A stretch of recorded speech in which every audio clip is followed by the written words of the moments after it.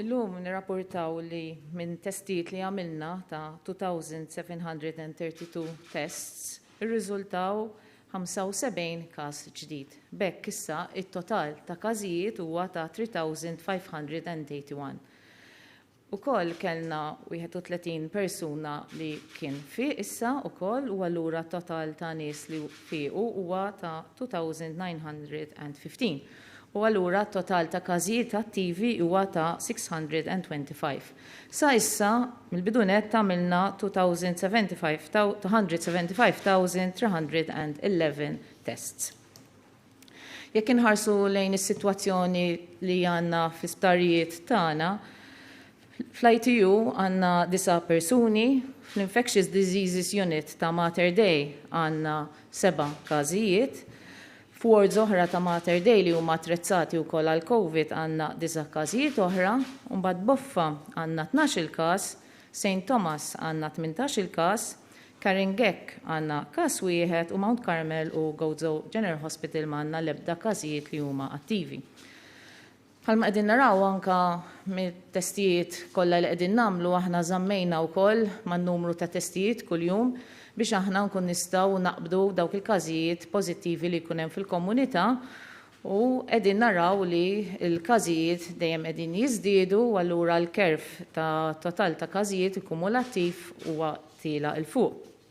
U jekk inħarsu lejn il-każijiet ġodda li kellna, hemmhekk qegħdin naraw li kellna pik li konna rajna fejn Santa Marija, u mbagħad irġajna tlajna kellna pik ieħor rġajna nżilna, però issa qegħdin sitwazzjoni li rġajna qegħdin naraw każijiet li qegħdin jiżdiedu. Infatti jekk tħares lejn dak li ngħidu l-7-day moving average, jiġifieri tħares naqra fuq 7 ijiem kemm kien l-average ta' każijiet li kellna, propju dal-aħħar ġimgħa aħna rajna li dan il-7-day moving average żdied u bejt ieħor qiegħed ikun ta' 60 każ kuljum. Ġifieri tistgħu timmaġinaw ukoll in-numru ta' xogħol, l-ammont ta' xogħol li qed ikun hemm ukoll fuq il-Public Health COVID Response Team biex propju ikunu qegħdin jaħdmu dawn il-każijiet kollha. U allura hekk ukoll nappella lill-pubbliku biex ikun jista' jikkopera magħna anke meta aħna nkunu qegħdin naħdmu dawn il-każijiet. Aħna nkunu qegħdin ninformaw mill-ewwel dak il-każijiet li huma pożittivi, allura minn hemmhekk ukoll nitolbukom biex hemmhekk ukoll tibdew taħsbu wkoll intom min kienu n-nies li kienu kuntatti magħkom u anke importanti ħafna li la darba nċemplulkom li intom pożittivi mill-ewwel intom titlu f'iżolazzjoni u anke il-komplament tal-familja wkoll ikunu f'iżolazzjoni ħalli kif nkun nistgħu nibdew ukoll il-contact tracing dawk diġà n-nies li huma pożittivi u tal-familja importanti li jkunu diġà qegħdin f'kwarantina. Kinħarsu lejn is-sitwazzjoni fid-djar tal-anzjani, bħalma qegħdin taraw aħna kellna sitwazzjoni fejn id-djar tal-anzjani kienu intlaqtu, fejn kellna żewġ djar tal-anzjani l-iktar fejn kien hemm numru ta' każijiet imma dar minnhom ta' St. Joseph fejn kien hemm numru ta' każijiet. Però hemmhekk mill-ewwel ħdimna biex nikkontrollaw is-sitwazzjoni b'mezzi ta' bħalma konna qegħdin ngħidu ta' iżolazzjoni, kwarantina, it-testjar ħalli naqbdu l-każijiet mill-ewwel u anke t-testjar kemm ta' residenti u kif ukoll tal-istaff kollu li jaħdem f'dawn il-postijiet. U anke bħalma naraw minn din il-graf, qegħdin naraw li issa n-numru ta' każijiet qegħdin jinżlu ħafna l-isfel u hemmhekk kont tista' tgħid li hemmhekk is-sitwazzjoni tkun kontrollata. Però rridu nibqgħu attenti għaliex nafu minn dan kollu li ġara li ħalla warajh numru ta' nies li tilfu ħajjithom u dan huwa l-iktar grupp li aħna rridu nibqgħu noqogħdu attenti għalihom. Allura l-miżuri rridu jibqgħu hemm kemm f'dawn id-djar fejn kien hemm diġà dawn it-tifqiegħat imma anke f'djar oħra. Għaliex irridu nieħdu ħsieb biex ma jkunx jiġri l-istess sitwazzjoni bħalma kellna f'din id-dar. Jekk inħarsu naqra lejn il-clusters ġu dak il-gruppi li qed ikollna, hemmhekk qegħdin naraw li l-maġġor parti tal-clusters li kellna, propju anke f'din l-aħħar ġimgħa, din naraw li huma relatati ma' familja. Infatti kellna 86 persuna li ġew konfermati pożittivi li kienu relatati ma' clusters li huma fil-familja. Dan għalhekk il-messaġġ huwa importanti ħafna li meta inti għandek każijiet li huma pożittivi anke fil-familja stess, importanti ħafna li dawk in-nies kemm jistgħu joqogħdu f'sitwazzjonijiet kontrollati anka meta jkollhom kuntatt mal-każ li huwa pożittiv. Nifhem li inti sakemm issir taf li inti pożittiv diġà kellek kuntatt li huwa normali f'familja, ma la darba inti mbagħad insur nafu bil-każ pożittiv aħna nkun qegħdin nagħtu l-pariri biex kemm jista' jkun ma tkomplix tinfirex ukoll fil-familja.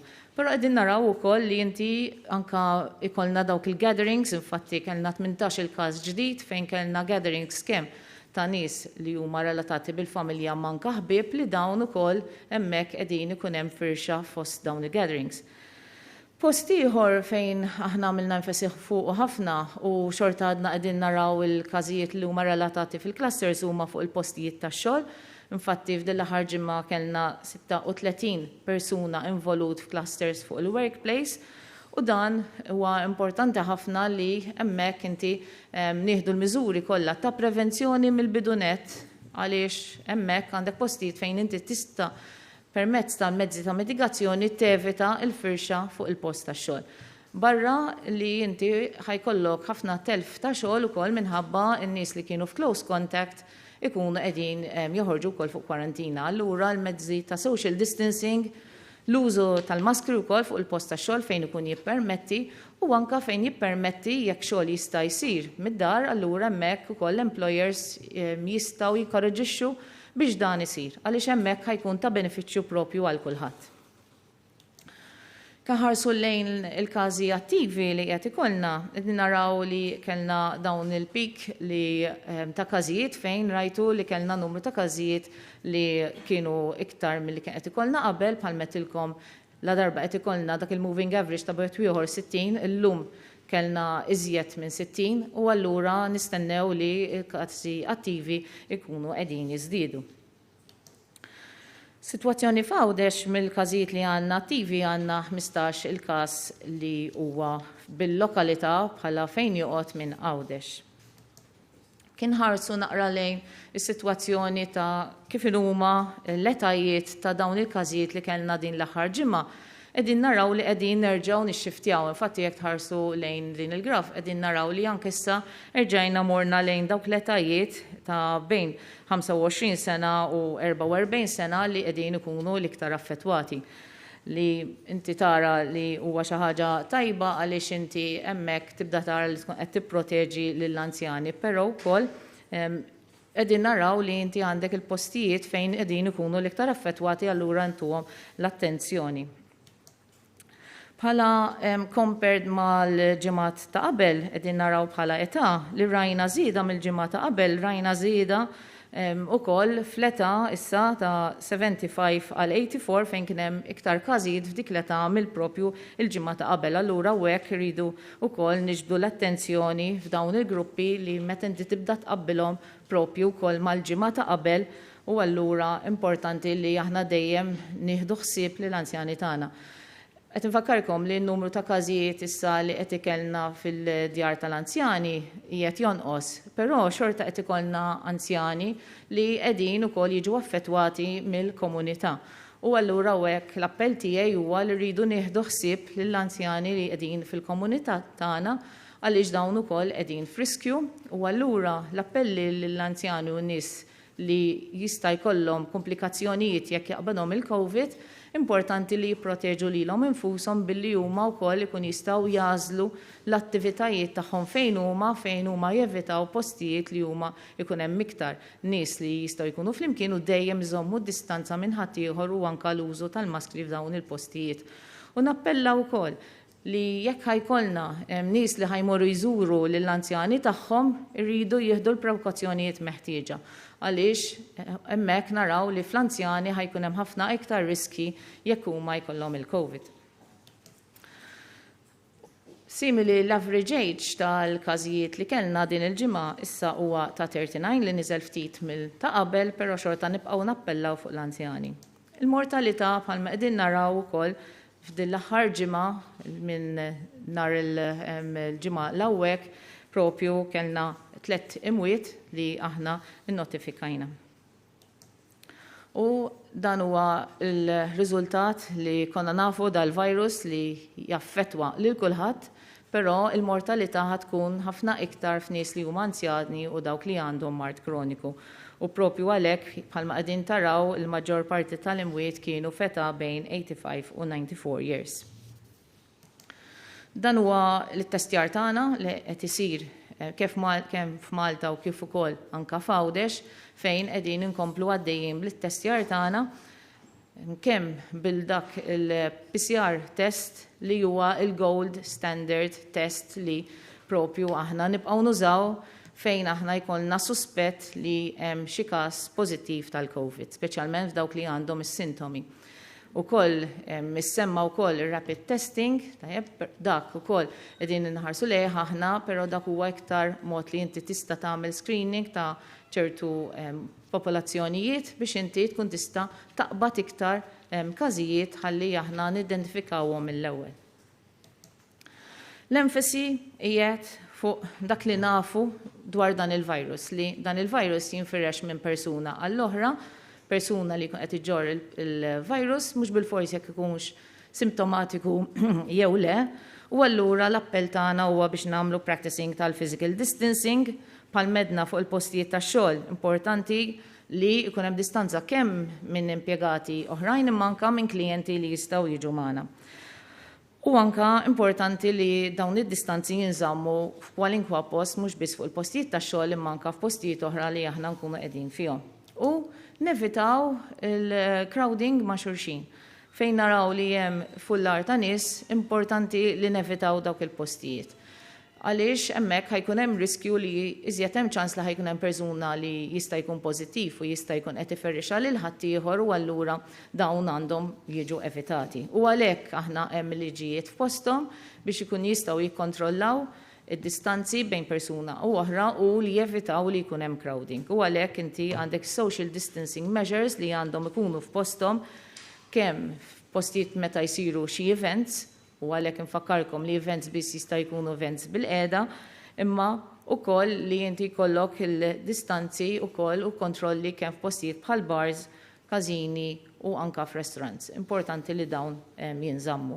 U anka, meta qegħdin naraw f'postijiet pubbliċi nfakkarkom fil-liġi li ma jistax ikun hemm iktar minn gruppi ta' 10 persuni flimkien bħala massimu meta inti għandek postijiet li huma pubbliċi. L-użu tal-maskri issa qiegħda tindara, però importanti li aħna nużaw il-maskri li huma adattati, jiġifieri jew surgical mask jew inkella kan nużaw il-cloth masks dawn iridu jkunu ta' 3 layers anke kif hija rakkomandata mill-laqda dinja tas-saħħa. U anke nfakkarkom fil-liġi fejn huwa obbligatorju li dawn jintużaw il-maskri. Imma wkoll l-appell huwa li għal darba l-persuni ħirġin barra tajjeb li tintlibes mill-ewwel il-maskra għaliex hemmhekk nistgħu nevitaw ħafna minn dan il-firxa tal-mart. Aħna wkoll il-ħidma tagħna hija fuq il-kontroll ta' dak li qed jiġri minn barra wkoll u anke propju minn dawk il-lista ta' pajjiżi li għandna fuq dik ngħidula l-amber list aħna qegħdin nappellaw nies biex iġibu t-test magħhom minn barra u qed ikollna nies li qegħdin jiġu bit-test minn barra, però mbagħad mill-oħrajn li jiġu aħna nagħmlu random testing fuqhom propju bil-magni li għandna propju fl-ajruport.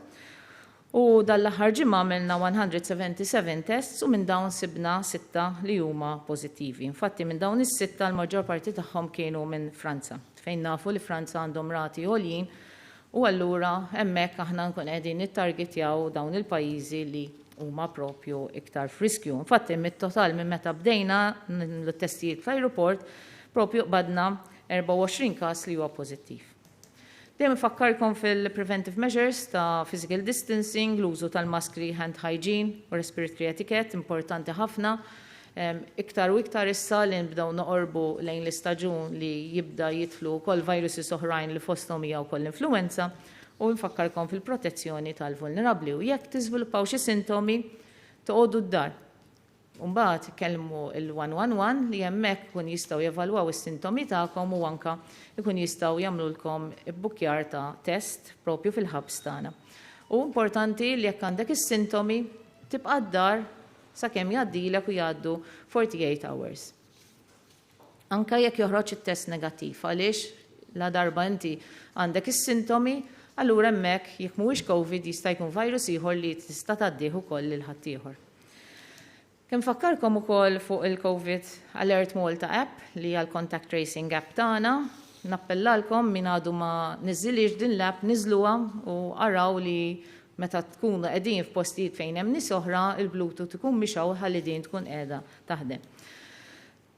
Tim tajb ħafna li ħadem fuq din l-app, infatti n-numru ta' downloads ta' din l-app kien ta' 70,855 li issa qegħdin tilajn il-fuq, infatti għandna 14.7% tal-population li id-download jew din l-app.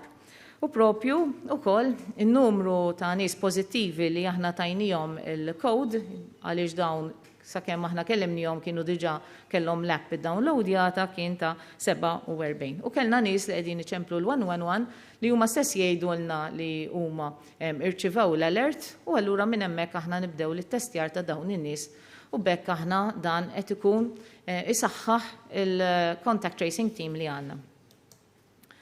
Nfakkarkom biex tħallu l-Bluetooth mixawl u jekk taraw qed idrejnjalkom il-battery, importanti għall-inqas li tħallu l-Bluetooth mixawla fix-ħin tkun qegħdin ma' persuni oħrajn. Tista' jekk tkun id-dar inti titfiha. U importanti li jekk meta aħna nċemplulkom li intom pożittivi jkollok din l-app, intukom il-code aħna importanti li ddaħluh.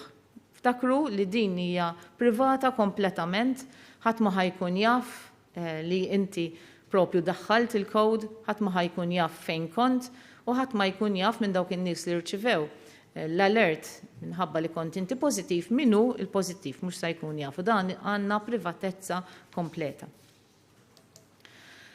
Xtaqt infakkarkom fuq virus ieħor. Dis-sena mhux ħajkonna l-COVID biss, ma ħajkonna l-influenza wkoll. Għaliex l-istaġun tal-influenza qiegħed magħna, il-każijiet tal-influenza issa jibdew jiżdiedu, però hawnhekk kontra il-COVID diġà għandna tilqima li ilha magħna hija tilqima li ħdimna biha ilha tilqima li nafu li tista' toffri protezzjoni. U allura minn hawn nappella l kulħadd li la darba għandna din it-tilqima li hija tilqima li hija safe ejja naħduha ħalli aħna nkun nistgħu nieħdu l-vantaġġi kollha minnha. Niftakru li l-influenza wkoll tikkaġuna komplikazzjonijiet f'nies li għandhom kondizzjonijiet mediċi, nies li huma għandhom età avvanzata, u allura din it-tilqima tkun tista' tevita milli inti kollok dawn il-komplikazzjonijiet. Jekk aħna ħajkollna iktar nies bis-sintomi issa simili tal-COVID, allura jekk inti ħatkun ħadd it-tilqima u evitajt li qabdek l-influenza, għandek inqas bżonn li inti ikollok toqgħod tittestja għal COVID ukoll. Allura hemm ħafna vantaġġi. Tieħudux ir-riskju għall-influenza la darba hemm it-tilqima jew ħuduha. Infatti aħna ħaniftħu dan it-tilqim b'xejn propju minn nhar il-ħadd li ġej. Allura dawk il-persuni li għandhom il fuq minn 55 sena u tfal bejn 6 xhur u 5 snin u dawk in-nies li għandhom mart kroniku ejjew ħudu din it-tilqima. Aħna ftaħna iċ-ċentri tas-saħħa, ftaħna l-bereċ, infatti id-dati u l-ħinijiet qegħdin ukoll jiġu ċirkolati fuq is-social media u anke f'postijiet oħra biex inkun nistgħu nqarbu t-tilqima lejk ħalli jkun faċli ħafna għalikom biex toħduha. U għalhekk dawn huma l-gruppi li bħalissa qegħdin nappellaw biex tiġu ħalli mbagħad wara dawn il-gruppi minn propju mill-ewwel ta' Novembru inkun nistgħu niftħuha b'xejn għal kulħadd ukoll. L-appell tiegħi huwa ejja ħudu din it-tilqima. Would like to pass a message in English. Welcome to this COVID-19 health bulletin. Yesterday we have performed 2,732 tests, and from these we have 75 new cases. So the total number of cases is 3,581 cases. We also had 31 cases who recovered, so the total number of recoveries is 2,915. And this leaves us with active cases of 625. Total number of tests we have done since the beginning is 275,311. Our appeal to everyone is that we need to continue with the measures for prevention that we have, including the physical distancing, the use of the masks, and very important, hand washing and sanitization of our hands, and protection of the vulnerable people, because we still have people who are elderly who are being affected, and these are the ones who are being affected more because of complications. And unfortunately, the deaths that we have increased, and we can save these people from these deaths by having prevention measures. So we appeal for all the vulnerable people, the people who will have more complications if they are affected by COVID, to take measures to protect yourselves, and also I appeal to the friends and relatives to protect the vulnerable people. We would like also to appeal to you to come and take the vaccination. We will open the vaccination for influenza as from next Sunday, so all those people who are aged over 55 years, those people who are have chronic diseases, or those children between 6 months and 5 years, we appeal to you for them to come and take the vaccine. Then, from the 1st November, we will open the vaccination for influenza to everyone. We know that influenza can also cause complications, as much as COVID does as well, but for influenza, we already have the vaccine, which is available and has been with us a number of years. So we know that we have a tool which can help you to prevent having influenza. So come and take this vaccine, which is free of charge as from next Sunday. Thank you. Ruħal mistoqsijiet? Insellimlek, Prof. Gawċi. L-MUT l-bieraħ għajmet it-ħassib tagħha dwar l-informazzjoni falsa li qed tinħareġ dwar il-każijiet tal-COVID fl-iskejjel. U talbet ukoll li jinħoloq policy uffiċjali ċara magħrufa minn kulħadd rigward l-informazzjoni tal-COVID-19 positive cases fl-iskejjel. Qed issir xi ħaġa biex jitwaffqu dawn l-ispekulazzjonijiet bħal dawn u qed tikkunsidraw toħolqu din il-policy li talbu l-MUT. U mistoqsija oħra, tista' tikkonferma jekk hemm xi operazzjonijiet li ġew postponed jew cancelled fl-isptar Mater Dei. Grazzi. Fuq il-każijiet dak li qegħdin insemmu fl-iskejjel ftakru li aħna kellna sitwazzjoni fejn il-ftuħ ta' skejjel ġie post, però kellna l-edukaturi u l-istaff tal-iskejjel li propju daħlu wkoll fl-iskola u bdew ix-xogħol il-ħidma tagħhom. U allura aħna kellna postijiet tal-iskejjel fejn kellna xi edukaturi u staff tal-iskola li dawn sibnihom pożittivi. Fit din iċ-ċirkustanza li kellna ma kienx hemm trasmissjoni minn persuna għall-oħra fl-iskola, però dik kienet ċirkustanza simili bħal workplace ieħor fejn inti kienu każ li kienu fil-komunità u dawn xogħolhom kien fl-iskola u allura hemmhekk huma kienu pożittivi. Aħna min-naħa tagħna la darba identifikajna dawn mill-ewwel ħadna l-miżuri simili eżatti bħalma nagħmlu fuq il-workplaces. Li inti tara min kienu n-nies li kienu close contact ma' dawn il-persuni pożittivi u hemmhekk inti dawk il-persuni li tidentifika bħala close contacts tpoġġihom f'kwarantina. U simili bħal dan ukoll aħna ħdimna. Allura aħna dawn l-informazzjoni min-naħa tagħna tkun qed toħroġ anke f'dawn il-bulettini li nkun qegħdin nagħtu dwar dan ir-rendikont għaliex dawk aħna jkunu konsidrati propju ma' dawn il-workplaces. Good afternoon, Prof. Gawci, Claire Caruana from Times of Malta. We're informed that there's problems with the contact tracing, meaning that they're lagging behind and someone who knows that they've been in touch with a positive patient takes days for them to be contacted by the authorities. What do you have to say about that, and are you doing something to address this? And on enforcement, are you happy with the way the rules are being enforced? I mean, we've seen on television, we've seen on social media people gathering in large groups, larger than 10. We've seen people not wearing masks. Where are the authorities? Have you inquired about this, and what is being done to make sure that the rules are actually being followed, especially in light of these high numbers? Thank you. Thank you. Iva, mela bħalma semmejt, aħna bħalissa il-moving average tagħna huwa ta' 60 cases per day. Illum rajna li kellna propju 75 cases per day. Aħna x'in rajna li propju bdew jiżdiedu l-cases, saħħaħna t-tim tagħna wkoll anke minn tobba li propju ġew minn Mater Dei biex ikun jistgħu jgħinu t-tim tal-Public Health biex ikun jistgħu jinvestigaw il-cases. Però tistgħu tifhmu wkoll li dan huwa xogħol li rridu nagħmluh bil-galbu wkoll biex aħna nkun nistgħu nassiguraw li kull każ jinħadem u kull persuna li aħna nidentifikaw bħala close contact dak nkunu żgur li huwa close contact u jinħadem. Ġifieri għalhekk jiena qegħdin nappella li kemm jista' jkun tikkoperaw magħna ħalli il-ħin li aħna qegħdin nieħdu biex ninvestigaw il-każijiet ikun inqas biex aħna nkun nistgħu nlaħqu ma' dan ix-xogħol li għandna. Jien nappella lill-pubbliku lilla darba aħna kif joħroġ ir-riżultati u jkollna l-każijiet pożittivi mill-ewwel hemmhekk isir dak il-kuntatt kliniku biex naraw x'inhi l-kundizzjoni klinika tal-persuna u aħna minn hemm nkun nistgħu nevalwaw dal-persuna jistax joqgħod id-dar jew inkella għandux bżonn jidħol l-isptar. Minn dak il-fażi hemmhekk mill-ewwel kif inkellmukom nitolbukom li intom ukoll mentalment taraw min huma dawk in-nies li setgħu kienu f'kuntatt magħkom. Ħalli bekk aħna meta nċemplulkom min-naħa tagħna bħala public health min-naħa tal-case management u mbagħad jgħaddu l-informazzjoni lill contact tracing team biex isir il-contact tracing intom tkun tistgħu tgħinuna billi tatuna l-informazzjoni mill-ewwel.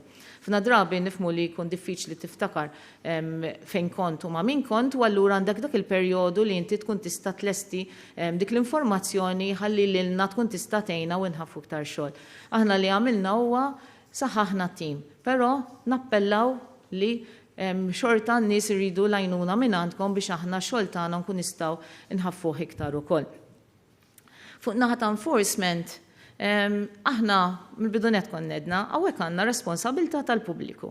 Ġifieri jekk aħna nafu li rridu nilbsu l-maskra meta nkunu qegħdin barra, meta aħna nkunu qegħdin f'postijiet fejn hemm nies oħrajn li jkunu qrib tiegħek, dan huwa sens komun, dan huwa sens ta' responsabilità li nippretendi li kull persuna għandu jilbes il-maskra u jilbisha kif suppost. M'hemmx għalfejn ikun hemm l-WHO jew m'hemmx għalfejn ikun hemm il-pulizija li qed jgħidlek ilbes il-maskra.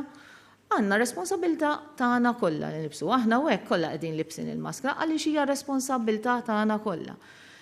U ma nistgħux nippretendu li aħna nikkontrollaw din il-pandemija li għandna jekk aħna ma nagħmlux il-ħila tagħna li nobdu minn dawn ir-regolamenti u li aħna nsegwuhom. Anka dawn il-ġemat flimkien, aħna qegħdin għandna l-enforcement, infatti żidna l-enforcement billi wkoll għandna l-leża li wkoll qegħdin iżidu n-nies tagħhom, għandna wkoll ta' transport molna, għandna wkoll Malta Tourism Authority u għandna l-ispetturi sanitarji li dawn qegħdin hemm barra iduru, però ma jistgħux ikunu flimkien. Alla l-appell tagħna huwa li dan għandu jiġi b'sens ta' responsabilità wkoll min-naħa tal-pubbliku. Professur Gawci, ħankompli mal-kollega tiegħi fid-daw li n-numru qed jiżdiedu u qed naraw nuqqas ta' responsabilità min uħud min-nies. X'qed iżomm lill-awtoritajiet milli jżidu anke l-miżuri qed naraw pajjiżi barra minn Malta fl-Ewropa li qed jalqu pubs, qed jalqu ristoranti, x'qed iżomm lil pajjiżna milli jagħmel miżuri simili u oħrajn. Mistoqsija oħra sali ħafna tfal bdew jitmorru lura l-iskola, x'inhi s-sitwazzjoni? Kien hemm sitwazzjoni każijiet ta' tfal li ndbagħtu lura li kien hemm suspett li kienu pożittivi u San Vincenz hemm każi u jekk iva kemm hemm anzjani li huma pożittivi. Grazzi. Mela, fuq il-miżuri bħalma spjegajt qegħdin naraw li bħalma qegħdin naraw il-każijiet qegħdin jiżdiedu, però huwa importanti li diġà għandna miżuri f'posthom aħna li propju ħafna nies mhumiex qegħdin isegwuhom u għalhekk importanti li nies isegwuhom u għalhekk qegħdin inkomplu nsaħħu l-enforcement u għalhekk bħalma irbatt mal-mistoqsija ta' qabel li qegħdin nippretendu li isma' nżidu iktar ir-responsabilità fil-pubbliku tagħna għaliex ħafna pajjiżi oħrajn qegħdin iżiru propju dal-miżuri għaliex qegħdin jaraw ukoll li n-numru ta' każijiet qegħdin jiżdiedu, però din ħatoħloq iktar problemi fuq il-persuni. La darba inti tkun qiegħed dejjem iżżid il-miżuri, dik tkun qiegħda magħha iġġib ukoll problemi oħrajn. Bħalma rajna anka meta konna qegħdin żidna miżuri oħrajn iktar kmieni aħna. Infatti anka l-Aqda Dinja tas-Saħħa u anka infatti ECDC għadha propju kemm il-bieraħ ħarġet ukoll rapport li qed tappella lill-pubbliku. Qed tappella wkoll lill-awtoritajiet biex nippruvaw kemm jista' jkun nużaw dawn il-mezzi ta' mitigazzjoni l-għodda li għandna diġà f'idejna biex aħna nkun nistgħu bihom nevitaw iktar firxa u bihom inti tkun tista' tevita li inti tkun ikollok bżonn tagħmel iktar miżuri. Niftakru wkoll din hija mixja li aħna mixjin fiha li baqalna ftit żmien ieħor. Allura iżjed ma aħna jalla noqorbu lejn il-żmien li jkollna il-vaksin u noqorbu lejn żmien li il-vaksin tkun available biex tingħata lil kulħadd, jalla li hemmhekk nkun nistgħu nżommu il-mezzi ta' mitigazzjoni stretti kemm nistgħu anka b'dak li għandna diġà b'responsabilità mill-pubbliku, ħalli bekk dejjem innaqsu n-numri. Importanti wkoll li aħna inkomplu din il-mixja li għamilna, ħalli bekk aħna nkun nistgħu innaqsu l-impatt kollu holistiku, naqsu l-impatt fuq in-nies li ħajmirdu, in-nies li ħajkollhom bżonn jidħlu l-isptar u n-nies li qegħdin imutu. U nappella minn hawnhekk għar-responsabilità. Bħalma qed fuq l-iskejjel sa issa li kellna numru ta' persuni li kienu staff tal-iskejjel li kienu propju qegħdin fl-iskola bħala xogħol li propju dawn ħarġu pożittivi, però mbagħad ma kellniex trasmissjoni fl-iskola. Kellna cluster iktar kmieni fl-iskola bejn cluster ta' staff li kellhom meeting fl-iskola stess, dan kien lejn l-aħħar ta' Settembru, u propju kellna skola li kiena diġà fetħet fejn kellna tifla waħda biss u persuna oħra mill-istess familja li kienu wkoll pożittivi. Però ma kellniex firxa mbagħad fl-iskola stess. Grazzi, Professor Gawci, nsellimlek. X'inhija l-kundizzjoni medika tal-pazjenti li qed jinżammu fit-taqsima tal-kura intensiva fl-Isptar Mater Dei bħalissa? U semmejt inti li se jibda l-istaġun tal-influenza, sintomi se jiżdiedu, wieħed jistenna illi se jkun hemm aktar telefonati fuq il-helpline tal-COVID-19. Hemm biżżejjed riżorsi u anki workforce biex intom tilqgħu għal din id-domanda u naturalment ir-responsabilità tagħna bħala il-pubbliku biex mhux mal-ewwel sintomu li nħossu bil-fors iridu nagħmlu kuntatt fuq dan il-helpline partikolari. Grazzi. Grazzi ħafna fuq il-helpline.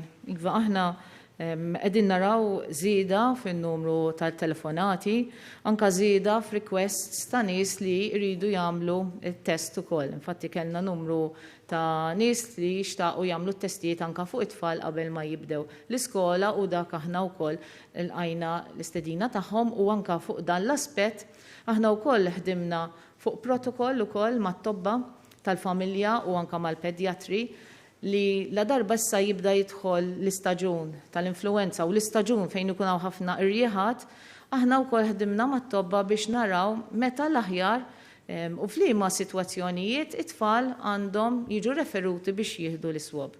Min għandu tfal żgħar jifhem li tfal ikollhom ħafna sintomi tal-irjieħat. U allura ma jsirx ikun li kull darba jkollhom dan il-ftit sintomi nqogħdu nagħmluhom test il-ħin kollu, però hemm sitwazzjonijiet fejn ikun indikat li tagħmel swab. U għalhekk aħna nappellaw li ġenituri jekk għandkom it-tfal li jkunu ma jifilħux, ċempel lit-tabib tiegħek. Ħalli hu jkun jista' jgwidak x'inhu l-aħjar mod kif inti tikkura lit-tifel jew tifla tiegħek u anke meta inti għandek tagħmel swab. Fuq il-111 aħna nkunu qegħdin insegwu x'inhu għaddej u anke nkunu qegħdin nagħmlu assessment ta' kemm qegħdin nirċievu telefonati u skont ma jkollna bżonn aħna nkunu qegħdin propju nżidu n-nies ukoll hemmhekk biex nkun nistgħu nilħqu għat-telefonati li kontu qegħdin tagħmlu l-pubbliku min-naħa tagħkom. Fuq il-pazjenti li għandna l-ITU, dawn huma pazjenti li qegħdin propju jirċievu l-assisted ventilation tajjeb li hemmhekk ikunu qegħdin nagħtuhom l-ossiġnu li propju huma għandhom bżonn ukoll u anke trattamenti li propju jkunu indikati għal dawn il-persuni. Niftakru li hawnhekk fl-ITU aħna meta jkollna dawn is-sitwazzjonijiet hawnhekk kollna sitwazzjoni fejn aħna nkun qegħdin noffru l-aħjar trattament propju għal COVID li hemm bżonn. U wkoll kelli mistoqsija fuq ħasserħ li ħasserħ ftakru kont semmejtilkom il-ġimgħa l-oħra li kellna sala St. Joseph Ward 10 fejn hemmhekk kellna każijiet u aħna il-każijiet pożittivi mill-ewwel ħadnihom ukoll f'sala oħra, komplejna nittestjaw il-komplement tas-sala u issa propju is-sala kollha ħlief persuna waħda ħarġu pożittivi Infatti għandna 17 il-każ li propju dawn huma pożittivi u qegħdin jinżammu f'iżolazzjoni f'ward apposta. Tajjeb ngħidu wkoll li dawn kollha jinsabu sa issa f'sitwazzjoni klinika li hija stabbli, però qegħdin jiġu segwiti wkoll mit-tobba ta' l-SVPR. Nsellimlek Prof Gawċi, qabel insaqsik il-mistoqsijiet ma nafx issa xitina update jekk jogħġbok ta' l-immigranti li jinsabu pożittivi bħalissa l-R factor u r-rata ta' mwiet skont li CDC fejn jinsab pajjiżna komparat ma' l-Ewropa. Ma nafx tista' xittini l-etajiet tal-persuni li qegħdin fl-ITU bħalissa, l-etajiet tad-9 persuni li semmejna jekk jogħġbok. Xtaqt insaqsik kemm qed isiru testijiet mill-contact tracing u kemm qed jiġu persuni minn jeddhom li jagħmlu it-test ikkumparat magħhom. U jekk inti min-naħa tiegħek approvajtx l-advice and guidelines to staff and students tal-UOM hekk kif joħorġu hekk kif deħlin l-istudenti dal-waqt. Grazzi. Mela, fuq l-immigranti l-istess aħna hemmhekk inkun qegħdin nagħmlu testijiet regolari. Palma konna nilkom ukoll kellna każijiet li huma pożittivi, komplejna nsegwhom u fiequ numru minnhom u sa issa baqa' 7 każijiet attivi ta' immigranti li huma fil-closed center. Fuq l-ITU bħala etajiet tal-persuni li għandna l-ITU għandna 3 persuni ta' età bejn 70 u 75 sena, 3 persuni bejn età ta' 65 u 69, 2 persuni ta' età bejn 55 u 59 u għandna persuna ta' età bejn 35 u 39. Bħala rata ta' mortalità, dawn ukoll joħorġu minn rapporti kuljum li toħroġ li CDC fejn tkun qiegħda toħroġ kemm rapporti dwar il-daily cumulative incidence, ġifieri kemm ikollna każijiet ġodda għal kull 100,000 persuna biex dan ikun komparabbli, tajjeb. U wkoll ikunu qegħdin joħorġu il-positivity rate u anke jkunu qegħdin joħorġu il-mortality rate.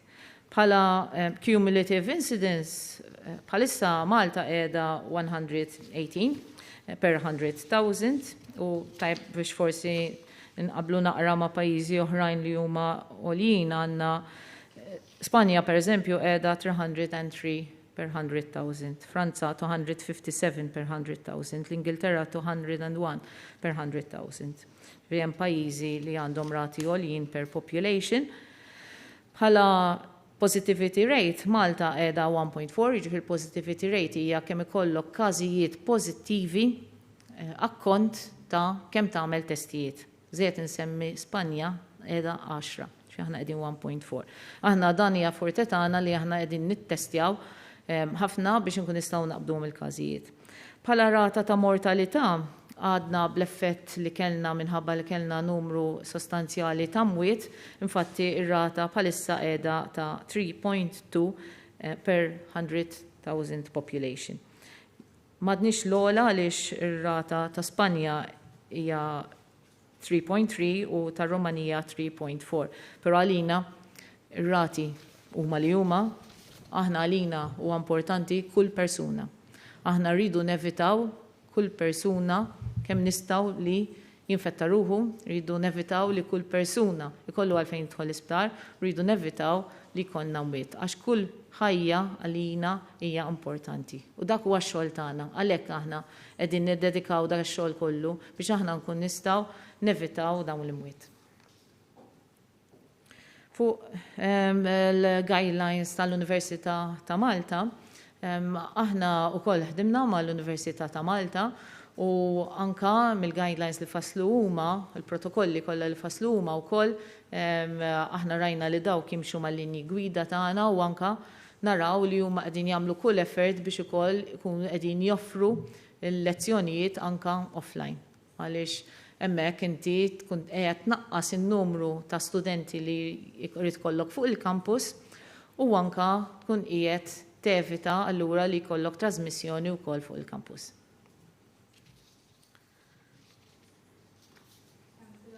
Professor Gauci, I'm Laura Calea from Malta today. Regarding the 38 victim, which you announced last Friday, you said that the information would be given later on, but the information was never released. were asking why the information was never released. There is rumors going around that the victim was young. We would just like an explanation from the authorities. Thank you.